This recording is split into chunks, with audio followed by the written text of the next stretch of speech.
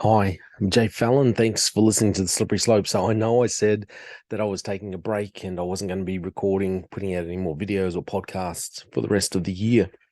It's the very end of 2022. But I come back from my holidays on the Gold Coast, Coolangatta, and had a great time. And there's too many stories to talk about. This story here, while at first I was reading and thinking, oh wow, this is good news. Finally, people are starting to speak up and realize the issues with the vaccine and the jab and the issues with mandates. The more I read through it and realized it's infuriating. This person who is now speaking out about the vaccine injuries, um knew about these injuries a long time ago, was monitoring it, and yet she was still spruiking that our children, your children, needed to get vaccinated. You shouldn't be going back to school unless the children are vaccinated, unless the teachers are vaccinated. Infuriate and infuriating listening to her now talk about these vaccine injuries. So let's I'll share with you this story here. We can read along together. This is Dr. Kerryn Phelps. So this headline here says top Australian doctor reveals she is vaccine injured. She is vaccine injured and says doctors are being censored.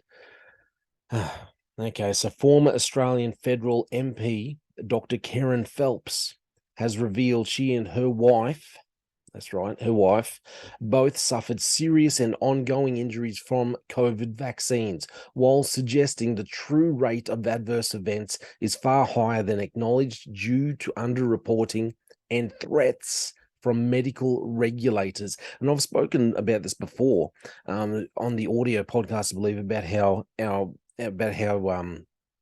doctors are being threatened by medical regulators, by the insurers, that they shouldn't be speaking up, otherwise they have their insurance rejected and this kind of thing. So I do feel for these doctors that want to speak up, but obviously feel like their hands are tied.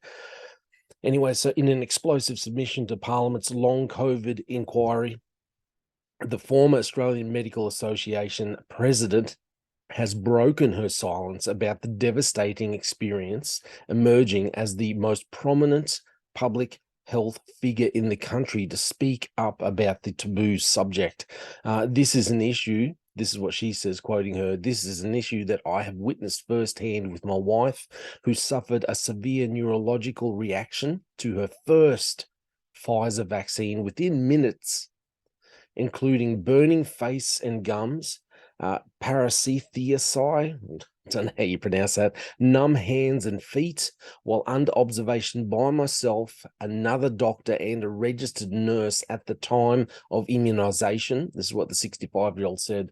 She goes on to say that I continue to observe the devastating effects a year and a half later, a year and a half after these injuries initially occurred, with the addition of fatigue and additional neurological symptoms, including nerve pains, altered sense of smell, visual disturbance, and musculoskeletal inflammation. The diagnosis and causation has been confirmed by several specialists who have told me that they have seen a lot of patients in a similar situation. Dr. Phelps, who's married her former primary school teacher, Jackie Stricker Phelps, in 1998. Jackie asked me to include her story to raise awareness for others. She goes on to say that we did a lot of homework before having the vaccine. They did a lot of homework. They drank the Kool-Aid. They were on board, hook, line, and sinker. Okay. They were telling everyone else, and I'm going to bring up a couple of other tweets that she put out, telling everyone, you've got to protect, you need to get vaccinated so you can protect everyone else, because this idiotic thought that getting vaccinated, if I get vaccinated, somehow I'm protecting other people, and which didn't seem to make sense to anyone. Apparently anyone without a degree anyway, it didn't seem to make sense, but hey. And now we know it's true anyway, just because this is what happens. This is what happens when you have a planned pandemic. You have a virus that's planned and released on purpose. And then you have this experimental vaccine. The whole thing, just an experiment. And now she's reaping the repercussions of it. So Dr. Phelps revealed she was also diagnosed with a vaccine injury from her second dose of Pfizer in July 2021. Now, these dates are very important, and I'll tell you why in a second. So July 2021, she had a second dose vaccine injury, with the diagnosis and causation confirmed by specialist colleagues. So I've had CT, pulmonary angiogram, ECT, blood tests, cardiac echogram, transthoracic cardiac stress echo, Holter monitor, blood pressure monitoring, and autonomic testing, she wrote. In my case, the injury resulted in how do you pronounce this? Dysautonomia, okay, with, I haven't looked up what that is, but that's what she ended up with intermittent fevers and cardiovascular implications, including breathlessness, inappropriate sinus tachycardia, and blood pressure fluctuations. Just a few minor issues, nothing more to see here. Dr. Phelps said both reactions were reported to the Therapeutic Goods Administration, the TGA, but never followed up. She revealed she had spoken with other doctors who have themselves experienced serious and persistent adverse events, but the vaccine injury is a subject that few in the medical profession have wanted to talk about. The regulators of the medical profession have censored public discussion about adverse events following immunization, with threats to doctors not to make any public statements about anything that might undermine the government's vaccine rollout or risk suspension or loss of their registration.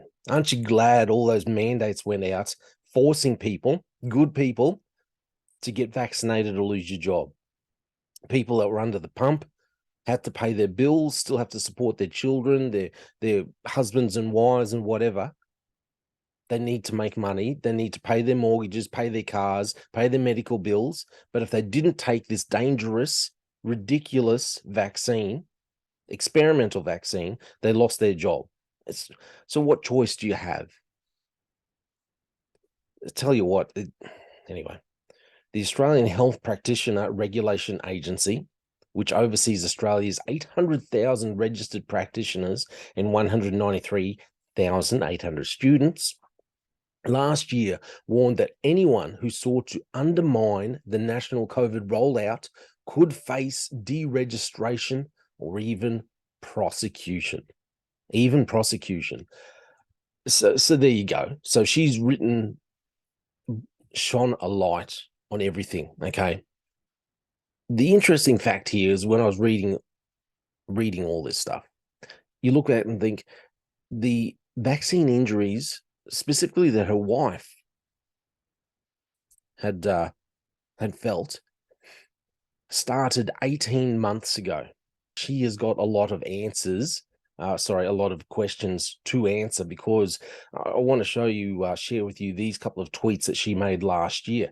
This one here, she says, how could we, this was on the 5th of August, 2021. So this is also after her wife would have been experiencing vaccine injuries. She says, how could we possibly reach 80% of population vaccination or approach herd immunity until children can be vaccinated? So even though her wife has experienced an injury, she's still out there spruiking that children, these are the experts. Children should be getting vaccinated. Here, this next one. Message to Queenslanders, because us Queenslanders, we were kind of bucking the trend a little and fighting back against the mandates a little. So it says, message to Queenslanders from your neighbours in New South Wales, because all New South Wales, and this is nothing against people in New South Wales or Victoria, but all the politicians there were all freaking sticking their nose up at the Queenslanders, saying, pull your heads in and go and get vaccinated. Anyway, use this time, she says, with COVID zero to get your vaccination numbers up as quickly as you can. The more of you vaccinated, the better your chance of protecting your family, friends, community, and economy in the future. That was the 2nd of September, 2021. So again, like I said, she'd already experienced injuries herself. Goes on. Next one. It should not be controversial to suggest that before school resumes, all New South Wales education teachers be treated as frontline workers and be vaccinated with Pfizer. With Pfizer. She'd experienced the injury with the Pfizer jab herself, and yet she's spruiking Pfizer. I wonder whether she'd been getting paid by Pfizer at all. Does anyone know that at all? How much money did she receive from Pfizer back then? Or is she just, she was just that far in, she was just that drunk on the Kool-Aid that she couldn't see anything else. Remember, these are the people who we're constantly seeing paraded around on our TVs, on our national broadcaster, saying with the term expert before their name. Next one, it's about COVID zero and getting more people vaccinated. She was all about getting vaccinated back then. And now I feel sorry for her. Her injuries sound pretty, and her wife's injuries sound pretty painful. But she has a lot to answer for why she was, why even though she knew of these injuries, she was still spruiking vaccination for children, even though she could see she was already seeing vaccine injuries. If you see vaccine injuries, I admit I'm no professor like she is. I'm no doctor. I'm just a pea-brain ex-police officer who did an apprenticeship as a hairdresser when I was young.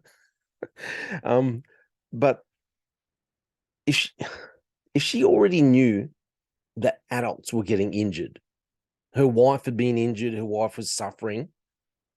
She had been suffering from the direct cause and proven as a direct cause from the vaccine. Then why is it that at the start of this year and the end of 2021, start of 2022 as well, there was another tweet she'd put out about how children need to be vaccinated? Some of these people are just absolute monsters. They think nothing of experimenting on our children. And people standing up saying, good on her for finally speaking out, for doing this. Here it is, Craig Kelly on Twitter. If only she'd listened, he said. Kerryn Phelps accused me, this is Craig Kelly, former, I think he's an MP, accused me of spreading conspiracy theories when I tried to warn that the evidence showed the safe and effective narrative peddled by Big Pharma was a lie. I think he was like one of the only ones actually standing up to say it in when I'm talking about people with a voice. She even recorded demanding video public debate be censored and left to the so-called experts. Public debate. And this is the problem. See, here it is here. And this is what she was saying. Right? If only we had left it to the experts to debate. No one else is allowed an opinion. No one else is allowed to question what the experts say. Take down all public talk about it, any public dissent. And this is what happens with the people on the left side of politics. They always demand that you listen to their thoughts, that you listen to what they say, because they all proclaim to be the experts. No one should say anything else. You should listen to them because they are the experts. That's what they're telling you. Don't question what they're saying until 18 months later when they fess up and say, oh, by the way, my wife is suffering severely because of these vaccine injuries, because of the vaccines, because of the mandates, because I was stupid enough to drink the Kool-Aid, believe the lies coming from the globalists that told me that, oh no, it came from a bat. It didn't come from a lab. We all know now the truth. The truth is starting to get unraveled finally. Hold our politicians accountable. Still can't believe Dan Andrews is back in. Victoria, what are you doing? Anyway, you do what you do. Hold our politicians accountable. These medical insurance companies, the doctors need to hold them accountable. They can threaten all these doctors, but if the doctors actually all stand up, the government has to do something, because our country can do without bureaucrats in the insurance system. They cannot do without doctors. The power balance is all wrong. Hold our politicians accountable. Hold our doctors accountable when they know the truth and they're not speaking up. Sometimes you have to put something on the line. I'm not saying anything. I'm not trying to big note my own self. But sometimes, I had my doubts and I thought, no, this is not right. You cannot force people to undergo a medical procedure.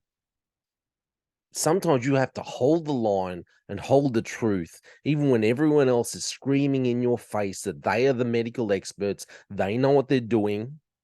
Sometimes you have to hold the line and count the cost and realize it is going to cost you. And Dr. Kerryn Phelps is finally realizing that her ignorance and her willingness to drink the Kool-Aid and go along with the globalist agenda is starting to cost her way more than if she had have just maybe gone into things with a little more skepticism and researched something a little better. Maybe now she wouldn't be because she wouldn't have these injuries. But hey, I just don't think we should be allowing her just to, putting her up on this pedestal because she's finally speaking out. She knew the truth a long time ago, and it's disgusting that she was telling our children, telling the parents, go and get your children vaccinated. It's very rare, these side effects. Yeah, okay. Hey, that's just my opinion. If I don't see you before Christmas here, talk to you before Christmas, have a great Christmas. Have a great new year. Remember, be safe. Be safe. Be blessed. Be safe. Thank you for listening to the slippery slope.